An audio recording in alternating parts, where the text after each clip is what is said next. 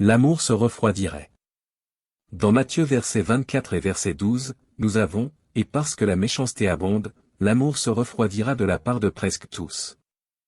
Pour comprendre correctement le verset, nous devons clairement comprendre l'idée du moment où il a été écrit.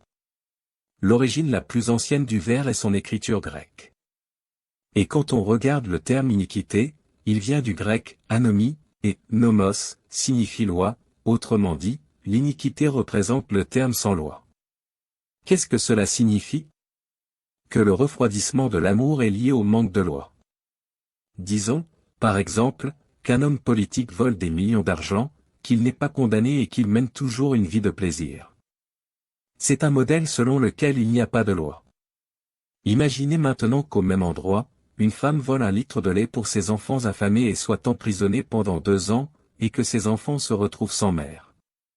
C'est une autre façon de ne pas avoir de loi.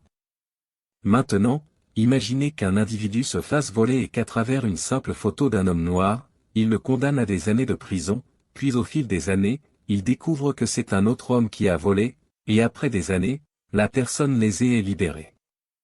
Et recevoir l'aumône en compensation des années injustement emprisonnées. C'est un autre type d'anarchie. En voyant ces points, nous pouvons comprendre pourquoi l'amour se refroidirait. Il y a un autre verset qui aide à mieux comprendre. Dans les psaumes, chapitre 11 verset 3, nous pouvons lire « Si les fondements sont détruits, que fera le juste ?» Les fondamentaux sont définis comme la base de l'application de la loi. Lorsque ces fondamentaux sont détruits, la loi est appliquée par la volonté du détenteur du pouvoir, et ainsi, ceux qui n'ont pas les fondamentaux, les justes n'ont aucun moyen de demander justice.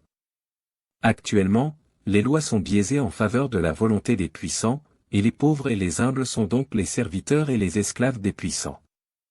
Il n'y a donc pas de loi, parce que ces fondements sont détruits, et de cette manière les pays ont la liberté de tuer des populations entières, tandis que d'autres, s'ils en tuent une, sont condamnés au plus haut degré. Ainsi, le problème n'est pas la loi, mais les pays ou les personnes qui sont au-dessus des lois. Dans ce cas, l'amour se refroidit, car ce n'est pas la loi qui détermine la justice, mais plutôt qui est puissant ou non. S'il n'y a pas de véritable justice, alors l'amour perd le sens de l'existence.